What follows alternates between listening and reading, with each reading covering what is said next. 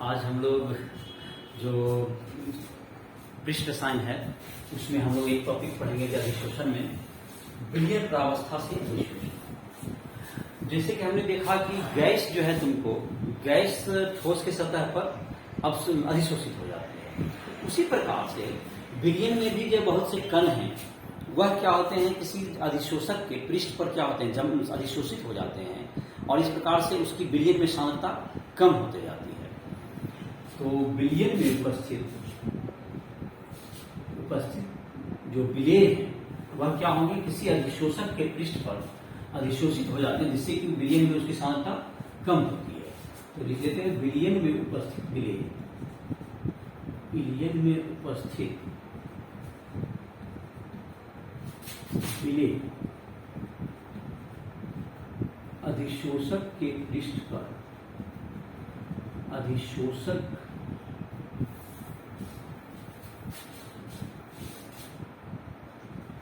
के पृष्ठ पर जमा हो जाते हैं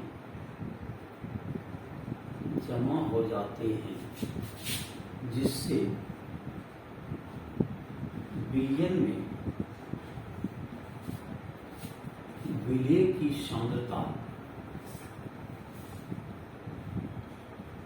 घटती है, तो यह जो तुमको है विलेय की सांद्रता उसमें घटेगी। तो यह जो तुमको सांद्रण है इसके कुछ उदाहरण दे सकते हैं। जैसे उदाहरण के रूप में अगर दें उसका उदाहरण लिखना चाहें हम लोग, एसिटिक अम्ल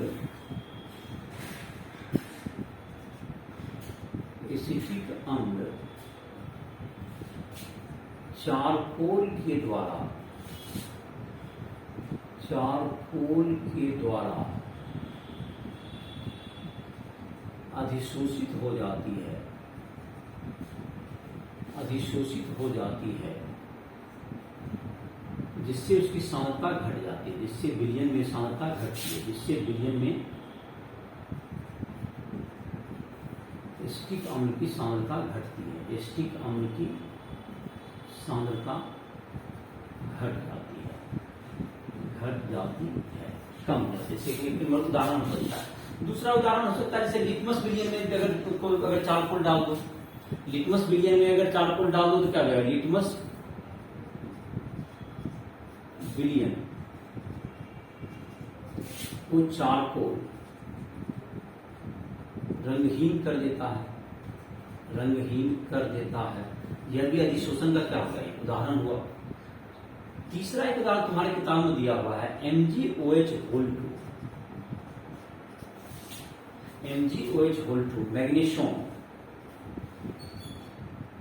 मैग्नीशियम को अधिशोषित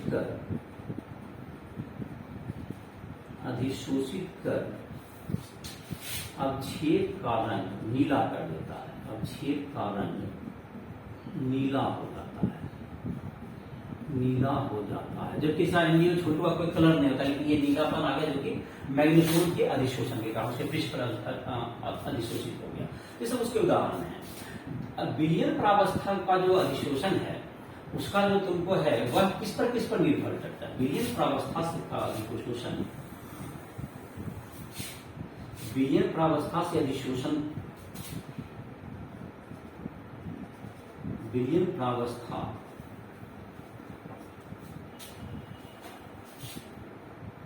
में अधिशोषण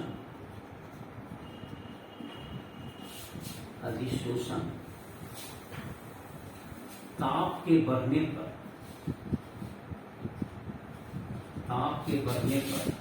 घटती है, कौन, चूंकि भौतिक अधिशोषण की तरह से क्षेत्रफल के अधिशोषण के क्षेत्रफल के बढ़ने पर अधिशोषण बढ़ती है,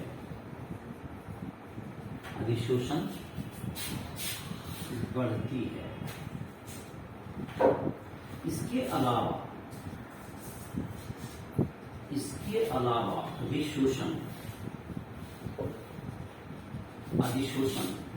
अधिशोष्य एवं अधिशोषक अधिशोष्य एवं अधिशोषक की प्रकृति पर भी निर्भर करता है, ये प्रकृति पर भी निर्भर करता है, निर्भर करता है। तो निर्भर ये तीनों पर करता ही है। जब विलेय का सांद्रण अधिक हो, विलेय का सांद्रण अधिक हो तो अधिशोषण की सीमा x/m अधिक होती है,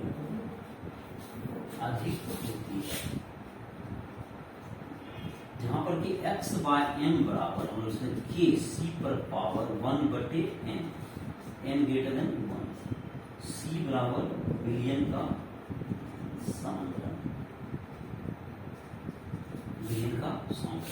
x हो गया तुमको विलेय का मान और m हो गया विलायक का अधिशोषक का द्रव्यमान और x हो गया अधिशोष्य का द्रव्यमान। तो ये तुमको हो गया इसका मान x/m बराबर k c पर पावर 1/n। तो यह हो गया तुमको तो इसका जो तुमको क्या अधिशोषण का जो तुमको जो विलयन प्रावस्था से जैसे अधिशोषण का तुमको यह कुछ उदाहरण हो गया।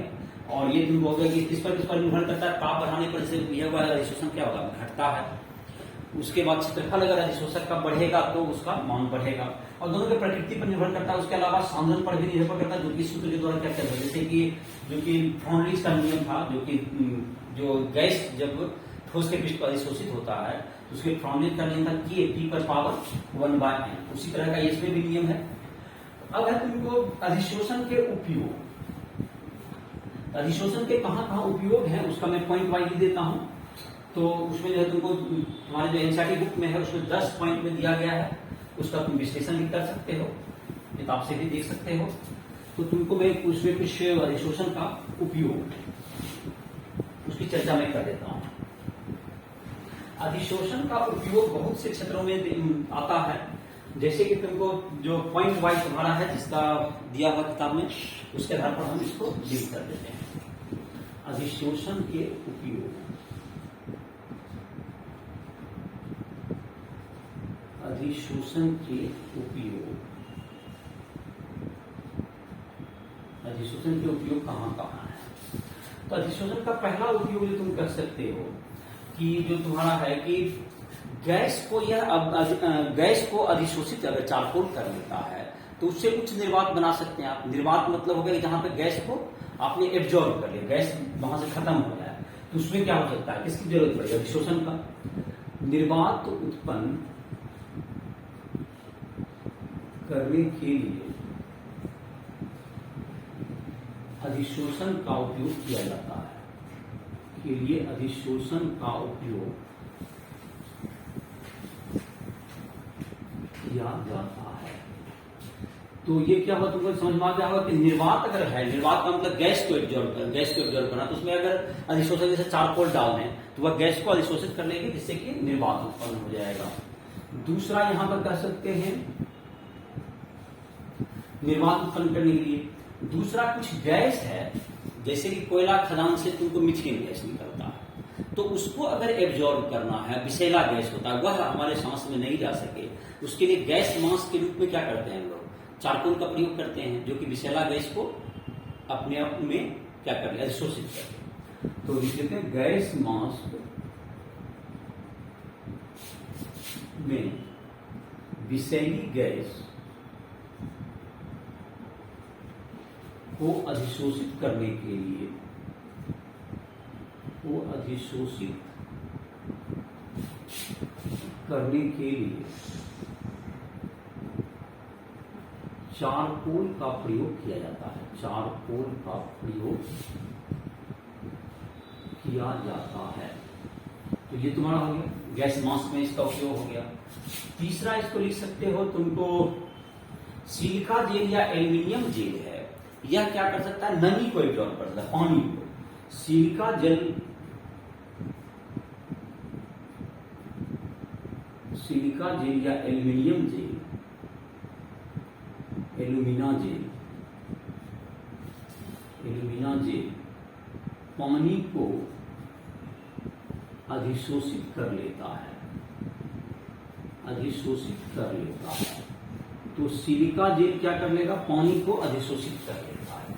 यह भी एक अधिशोषण का क्या होगा? उदाहरण हो गया। अधिशोषण करके तुमको इसका उपयोग हो गया। जहां नमी है वहां पर दूर करने की क्या कर देते हैं? Silica gel. सिलिका जेल देखा भी होगा तुमको, कुछ बहुत से मोबाइल सेट में भी, बहुत से पहले के मोबाइल सेट में दिया जाता सिलिका जेल का दिया जाता, जिससे कि पानी को नमी नहीं रहे, जिससे कि मोबाइल में दिक्कत ना हो, उसके लिए भी दिया जाता था। सिलिका जेल या एल्यूमिनियम जेल का उपयोग किया जा सकता है। तीसरा कह सकते हैं कि तुमको चौथा नंबर में दे सकते हो तुमको जो है कुछ चीज का, जैसे कि कुछ व्याधि, जैसे कुछ रोग हैं, तो उसके इलाज में भी कीटाणु को औषध मतलब दवा अधिशोषित कर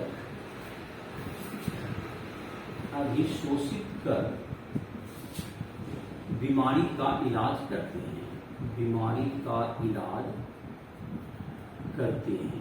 मतलब बीमारी के इलाज में भी क्या होता है, ये काम आएगा। क्योंकि बीमारी तो कुछ कीटाणु को क्या कर लेते हैं, ये जो औषधि होती है, जो दवा होती है, वह उसको अधिशोषित करा लेगा और इस प्रकार से आपकी बीमारी क्या हो जाएगी, ठीक हो जाएगी। पांचवा हो सकता है तुम्हारा फेन उत्प्लावन विधि में। तुमको फेन उत्प्लावन विधि में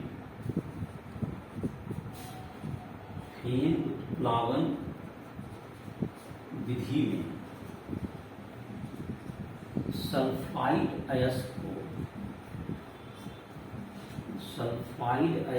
को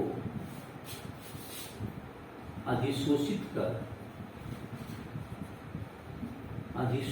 कर सम्मिलित किया जाता है, अधिशोषित कर सम्मिलित किया जाता है। ये फेन उत्प्लावन विधि में तुमको हो गया। ये फेन उत्प्लावन विधि में इसको अधिशोषित करके क्या कर सकते हैं हम लोग, जो सल्फाइड अयस्क है उसको हम लोग शामिल कर सकते हैं। उसमें जो कि मिट्टी वगैरह का, जैसे जो मिट्टी है या सिलिका है, इस तरह के कण से हम लोग उसको दूर कर सकते हैं। तो ये तुम्हारा इसका उपयोग हो गया। उसके बाद तुमको कुछ अधिशोषण सूचक के रूप में भी इसका क्या करता है, प्रयोग करते हैं। जहां तक सीमा खत्म हो जाती है, अधिशोषण सूचक के रूप में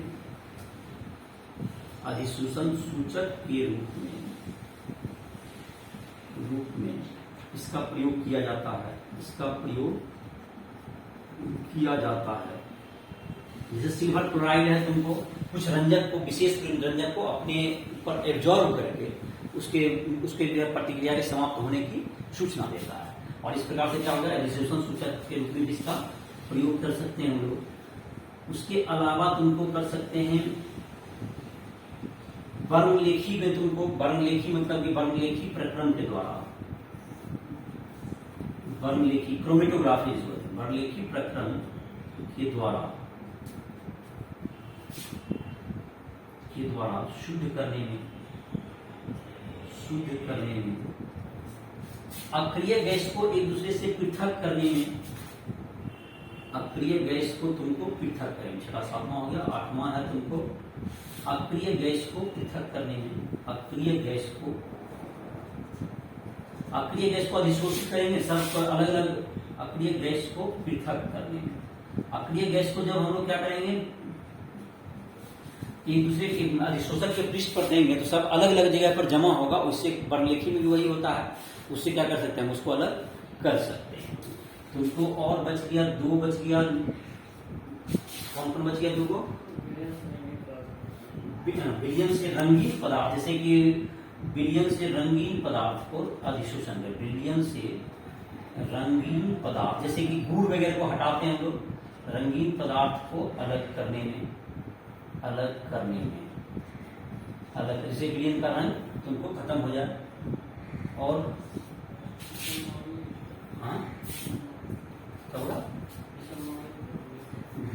इसके अलावा तुमको हो गया कि जब गैस को, जैसे हम लोग विषमांगी उत्प्रेरण करते हैं, जब देख लेते हैं कुछ रासायनिक प्रतिक्रिया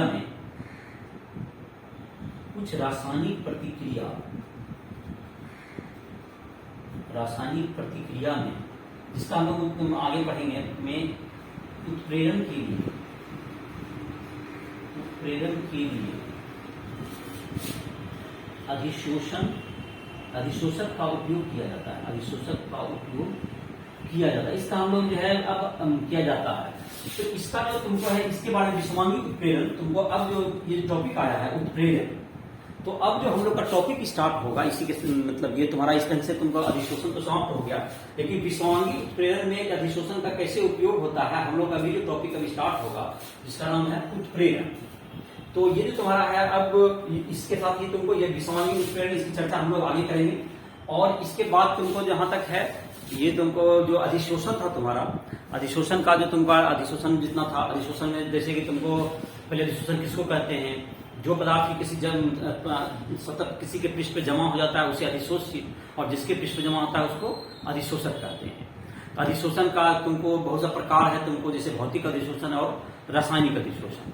तो उसका जो तुमको लिस्ट मैंने कहा था कि बुक के हेल्प से भी लिख सकते हो, उसको लिख लोगे, और जो भी दिक्कत होगा राइट लैब के माध्यम से तुम हमसे संपर्क कर सकते हो। और नेक्स्ट लेक्चर में हम लोग पढ़ेंगे तुमको उत्प्रेरण के बारे में। उस राइट ऐप पर तुमको नोट्स भी मिल जाएंगे तुमको हर एक फिजिक्स केमिस्ट्री के, हिंदी इंग्लिश दोनों मीडियम में, और तुम कब जो भी चाहो हमसे संपर्क कर सकते हो। किसी भी चीज में दिक्कत हो न्यूमेरिकल बनाने में, फिजिक्स केमिस्ट्री या मैथ में, तो हमसे संपर्क कर सकते हो। इस लेक्चर को समाप्त करना।